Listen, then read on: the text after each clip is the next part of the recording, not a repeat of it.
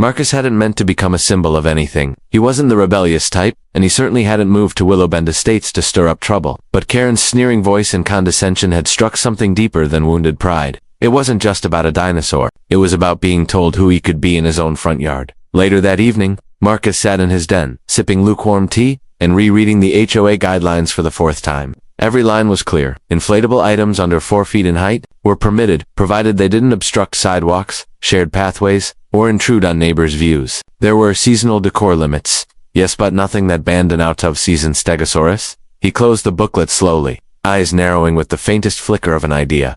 That night, just past midnight, Marcus drove out of the neighborhood. The next morning, he returned with 3 boxers, one shaped like a palm tree, the others with long curled tails peeking through the cardboard flaps. He worked quickly, moving with the quiet excitement of a man planting something deeper than decor. By sunrise, his lawn had transformed. The Stegosaurus now had Campania, lounging orange Parasaurolophus, and a tiny, grinning Velociraptor perched beside a faux boulder. The trio made a tidy, cheerful scene, bordered with solar lights, and a hand-lettered sign that read, Jurassic Garden EST, 2025. The reactions were immediate. Kids walking to the school bus squealed in delight. A dog barked at the Parasaurolophus like it was trespassing. Old Mr. Redmond across the street gave Marcus a thumbs up while pretending not to smile. But across the cul-de-sac, Karen stood stone still on her porch, coffee mug clutched in both hands, watching the display with surgical intensity. At 9:05 a.m., her first forum post landed. Community alert. An explosion of lawn inflatables has appeared at 407 Bramble Court. While technically not in violation of current guidelines, this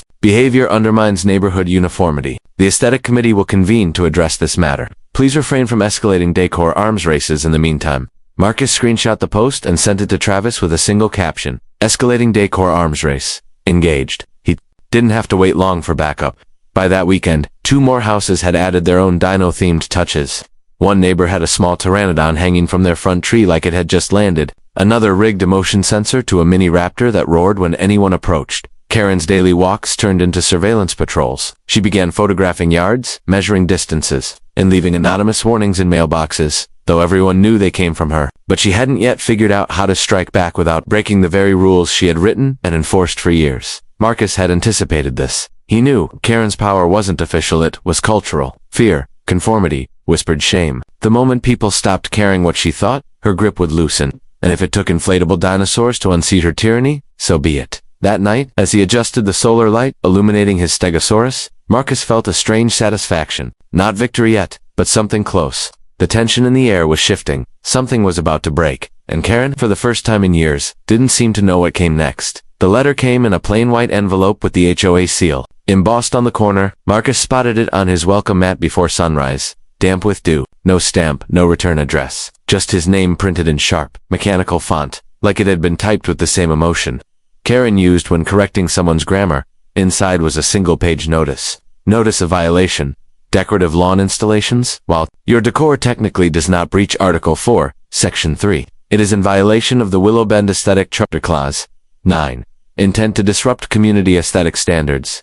Please remove all non-holiday, non-seasonal inflatable displays within 72 hours to avoid escalating penalties. It was signed by Karen in bold cursive. The W in Whitmore looping like a snake swallowing its own tail. Marcus set the letter down slowly. The words intent to disrupt echoed in his head. He didn't laugh. Not yet, because while he'd expected her to push back, this wasn't just about dinosaurs anymore. Karen had made it personal. She was attempting to retroactively weaponize HOA policy based on intent. That wasn't just petty. It was dangerous. He picked up his phone and dialed, "Hey Travis, you still got that drone?" By midday, the neighborhood buzzed it with lawn, tools, or kids riding bikes, but with quiet anxiety. Karen had apparently dropped off identical letters at 4 other houses.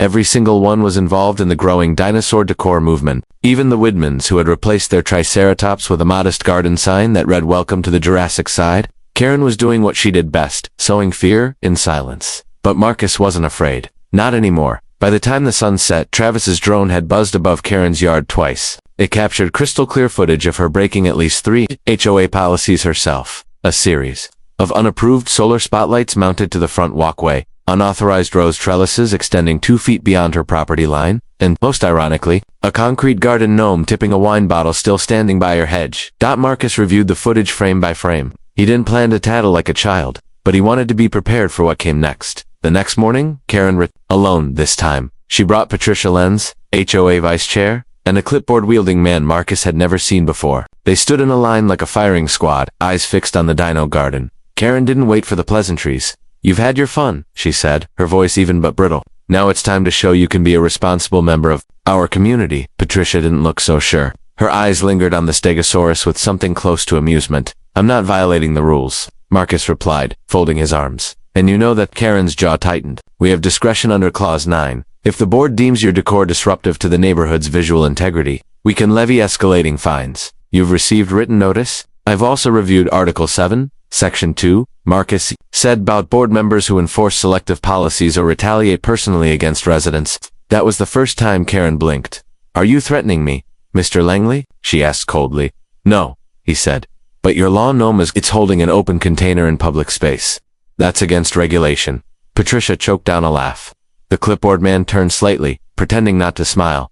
Karen turned, without another word, her heels snapping across the walkway like war drums. But Marcus knew she wasn't retreating, she was regrouping, and the next move would be bigger, bolder and possibly illegal, which was exactly what he hoped for, because Karen didn't realize something crucial yet. She was surrounded, and not just by dinosaurs.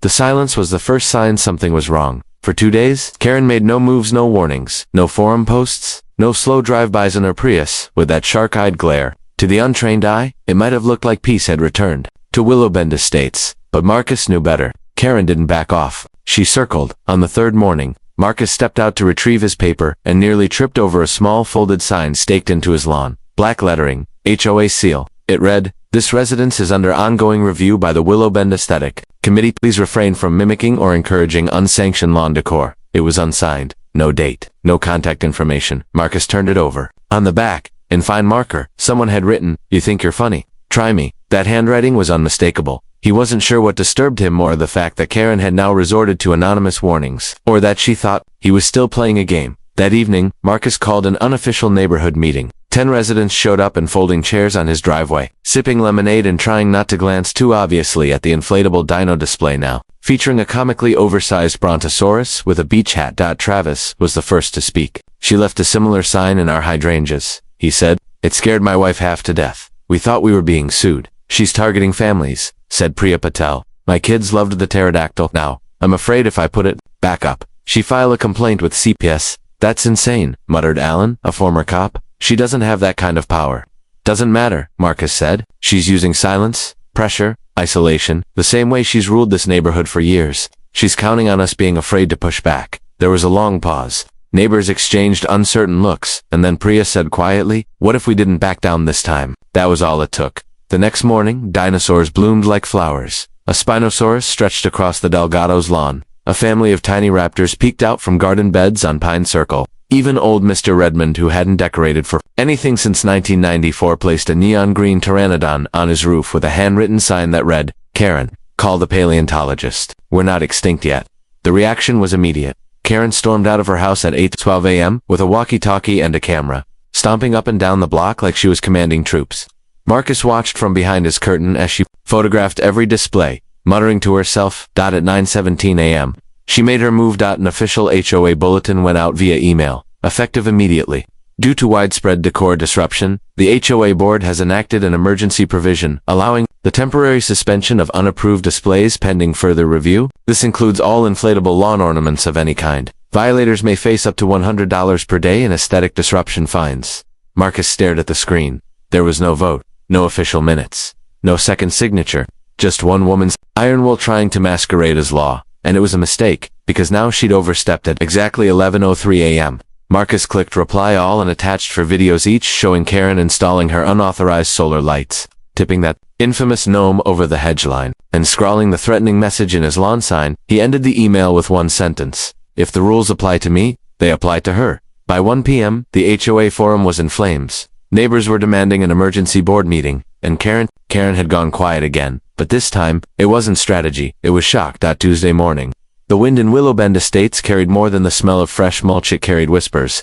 The forum thread Marcus started had ballooned overnight into something uncontainable. Over 50 comments, dozens of screenshots, and at least 4 separate neighbors attaching their own Karen evidence packs filled the digital air like pollen. Karen's silence had become a signal. People weren't scared anymore. They were watching, waiting, and Marcus was ready. At 6:42 a.m., He stepped out of his house carrying 2 electric air pumps and 5 new boxers. Travis pulled up in a pickup, grinning like a kid who just got away with something. In the bed of the truck were half a dozen brand new inflatables still in their packaging. All carnivores. They worked fast. By 8 a.m., Karen's home sat at the center of an ever-tightening ring of rubber-toothed giants. A red-striped velociraptor crouched under her mailbox. A laughing Theracenosaurus spread its long claws near her driveway. A particularly ferocious-looking T-Rex faced her front porch with its tiny arms raised, as if mid-roar. And at the very center of the circle strategically placed on HOA-owned public grass was a towering inflatable Spinosaurus, jaws wide open, head tilted directly at Karen's front door. All of them held tiny flags duct-taped to their sides. Compliance Patrol, intent to disrupt tyranny. Aesthetic Integrity Committee, Jurassic Division. It was ridiculous. It was beautiful. It was legal. Marcus had checked the property lines himself with a copy of the HOA plat map. Every inflatable rested on land either belonging to its respective owner, or better yet, community-owned strips that technically fell under shared jurisdiction. No laws broken. Not one. Karen's blinds remained shut all morning. At 9:15 a.m., her front door creaked open. She stepped out cautiously, wrapped in a robe, hair tightly pinned, face unreadable. She stared at the Spinosaurus. Its tail wagged slightly in the breeze. She didn't scream. She didn't yell. She just turned around, walked inside, and closed the door. By noon, the photos hit social media. First, Travis's drone footage, then a short video of the dino ring set to dramatic orchestral music. Within hours, it was picked up by a local meme page, HOA Jurassic Park. Tyranny gets T-Rexed. Marcus barely kept up with the shares. 10,000 views? 20? 50. The neighborhood became internet famous in the span of a single afternoon, but not everyone found it funny. At exactly 3:22 p.m., Marcus received a new letter, this time hand-delivered by Patricia Lenz herself. She looked sheepish as she handed it over. "I didn't write this," she said quietly. She forced a board signature. "We're meeting tonight to sort it out, but she's not going down quietly." The letter inside was classic Karen. "You have crossed into defamation and property intimidation. The displays surrounding my home constitutes targeted harassment. Failure to remove these items by sundown will result in legal escalation." Marcus looked up at Patricia. "Legal escalation for inflatable dinosaurs." Patricia sighed. "Karen thinks if she makes enough noise, she can still scare people back into line. But I think she's miscalculated. She always does eventually," Marcus muttered. Patricia hesitated before adding, "The board is considering something formal, a review of her conduct." "You didn't hear that from me." "I didn't," Marcus said. "And the dinosaurs?" Patricia smiled faintly. "I'd leave them for now." That night, Marcus sat on his porch with a beer, watching the wind gently sway the Spinosaurus head back and forth like it was nodding in approval. Across the street, Karen's lights were off. Her car hadn't moved. He didn't know what she'd do next. But he knew one thing for sure. Karen Whitmore had just lost control, and nothing was more dangerous than a dethroned tyrant looking for revenge. The emergency HOA board meeting was held in the clubhouse at the end of Hawthorne Lane, a modest building usually reserved for yoga nights and overly enthusiastic book clubs. But tonight, it buzzed with tension. Every folding chair was filled. Neighbors stood shoulder to shoulder against the walls. Karen sat at the front of the room, rigid in a powder blue suit that practically screamed still in control. She hadn't spoken a word yet. Marcus stood near the back, arms folded, watching carefully. Patricia Lenz took the floor, clearing her throat with more force than necessary. As acting vice chair, she began. "I've called this meeting on behalf of several concerned residents. The subject of this meeting is selective enforcement, inappropriate use of committee authority, and retaliatory practices not aligned with HOA bylaws." Karen didn't flinch. She merely tapped her pen on the table, once, then twice. Her version of a war drum. Patricia continued. "Before we begin testimony, I'd like to present visual documentation submitted by multiple households." The lights dimmed. A projector flicked to life. First, the footage of Karen hammering one of her anonymous lawn warnings into the Patel's yard at 2:13 a.m. Next, the drone shot of her solar lights installed without permit or approval. Then, a screenshot of her private email to another board member, stating she was going to make an example out of the dinosaur boy. The room exhaled, but Karen leaned into the mic. "All of this," she said calmly, "is an attempt to hijack a legitimate board for the sake of a circus. We are not here to debate the emotional consequences of poorly chosen decorations. We are here to preserve order." A voice cut through. From the middle row, "Order doesn't mean control." Heads turned. It was Mr. Redmond, his first meeting in 5 years. Another voice. "You're not preserving anything. You're punishing people." Karen stood. "You have no idea the amount of work I've put into this neighborhood. Do you think those property values rise by accident? That our streets stay clean through wishful thinking?" Marcus stepped forward. Then, holding up a document, "The bylaws," he said. Section 5, paragraph 3. "No board member shall impose fines, issue warnings, or alter committee rules without a majority vote of the board." He dropped the printed screenshots of Karen's fake violation letters on the table. You've been acting unilaterally for years. Karen's face twitched for the first time all night. I had board consent in spirit, she said.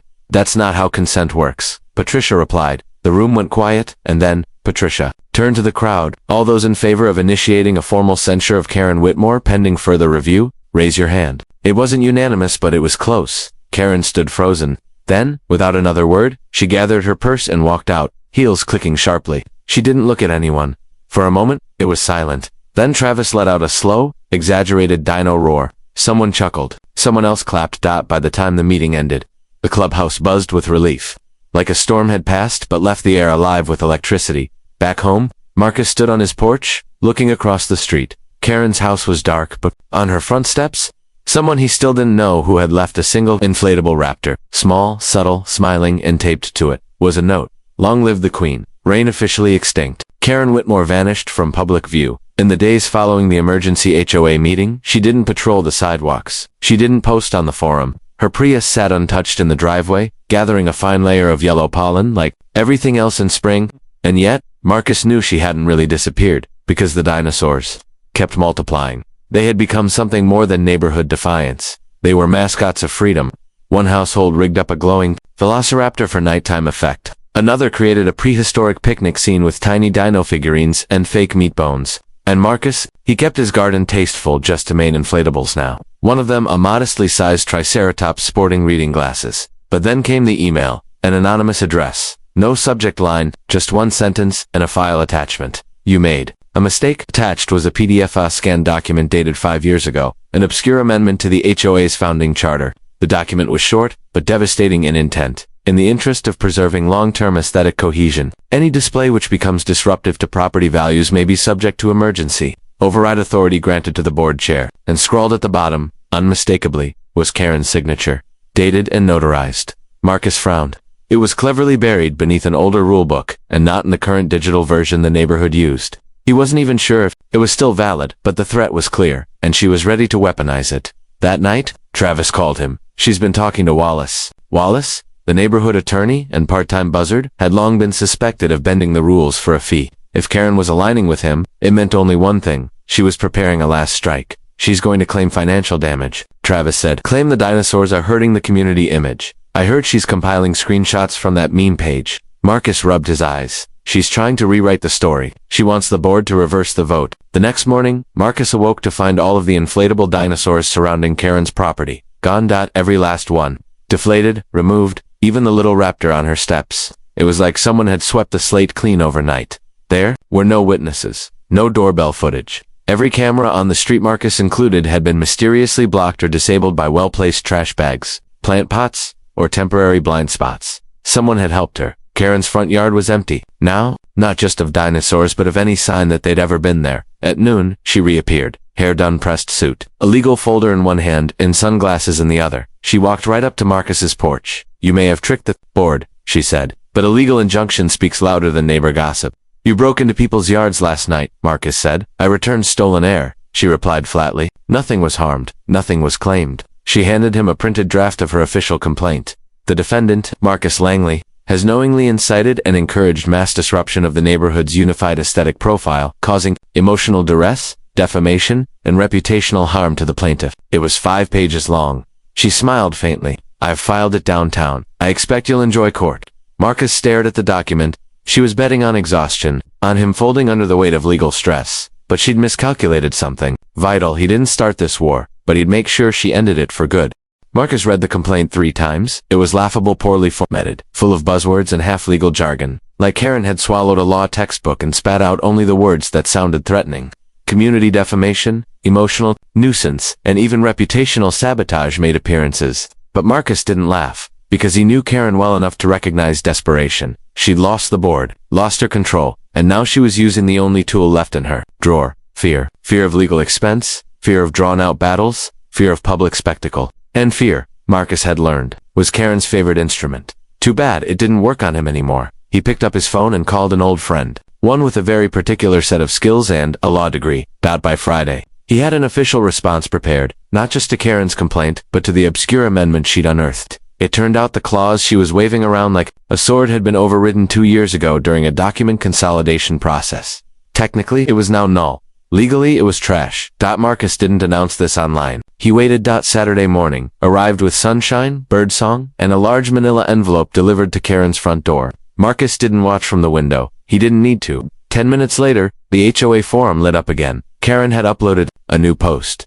To all residents, due to recent events, and in the spirit of compromise, I am formally withdrawing my legal complaint. Please respect that this matter is closed. No apology. No admission of fault. Just a tight-lipped retreat in Times New Roman. Travis sent Marcus a celebratory text that simply read, Diplodocus wins. T-Rex retires. But Marcus wasn't celebrating yet, because hours later, something shifted. Karen's house, quiet for weeks, was suddenly alive with movement. Trucks arrived. Boxers. A folding ladder leaned against the roof. At first, people thought she was moving. Then, the banner went up. Across the front of her porch. In massive cursive lettering, it read, Dinos are done. Dignity returns. The photo hit social media in under an hour. Marcus received it from 3 different people. It wasn't over. Karen had decided that if she couldn't win the war in court or the boardroom, she'd try to rewrite the narrative in public. She painted herself as a savior of standards. The dinosaur uprising, in her version, had been a childish phase, and she, magnanimous and forward-thinking, had endured it with grace. Her lawn was now decorated again. Not with whimsy or color, but a painful array of Greek statues, columns, faux marble busts, and even a miniature Venus de Milo holding a tiny flag. Civility reigns. The effect was creepy. Marcus didn't respond. But the neighborhood did. The next morning, 6 homes added their own silent protest. One placed a dinosaur in a toga, another added tiny marble-textured dinosaur eggs in their flower bed. Priya constructed an entire Jurassic Parthenon out of foam blocks and positioned her raptors like debating philosophers. And Marcus, he unveiled his masterpiece. A single inflatable dinosaur seated calmly on a marble-textured throne, wearing a plastic laurel crown and holding a scroll. At its base, a small plaque read, All hail the Dinocracy. The symbolism was too much to miss. Banner came down before sunset. She made no more posts. No more walks. No more threats. And just before midnight, her marble statues began to disappear. One by one. Quietly. Unceremoniously. As if even she now realized. Her reign had become a fossil. Had settled softly over Willowbend Estates. The air was thick with the scent of blooming jasmine and freshly cut grass. But beneath the serene veneer, the neighborhood hummed with a quiet, almost cautious optimism. Karen Whitmore was gone. The news had come weeks ago. She resigned from the HOA board, citing personal reasons. No public explanation, no fanfare, just an abrupt end to a reign that had once seemed unshakable. Marcus sat on his porch one evening, the soft glow of his remaining inflatable triceratops illuminating his yard like a gentle beacon. Across the street, neighbors gathered for a barbecue, laughing and sharing stories. The dinosaurs had become part of the landscape, no longer symbols of rebellion but of unity, resilience, and even humor. But the story wasn't finished. Not quite.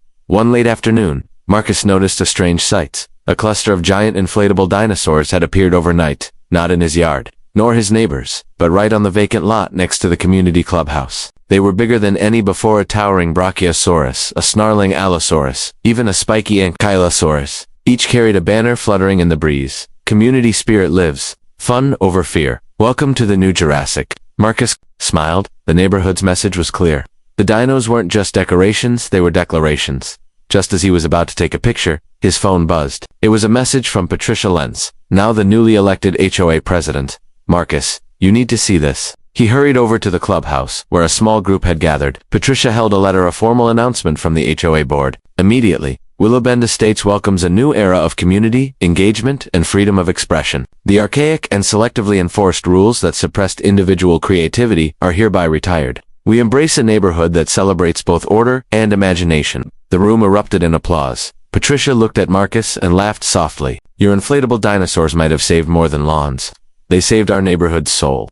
Marcus nodded, a warmth spreading through him. But as the evening sun dipped below the trees, casting long shadows across the lawns, he noticed something else. From Karen's old house, long vacant and silent, a single inflatable figure stood proudly in the window, a small T-Rex, wearing a tiny sash that read, Community Spirit Dino. No one knew who had placed it there. No one cared, because in Willowbend Estates, the dinosaurs ruled now not as symbols of chaos or conflict, but of community, courage, and the power of standing tall. Marcus raised his glass to the sky, to the last roar.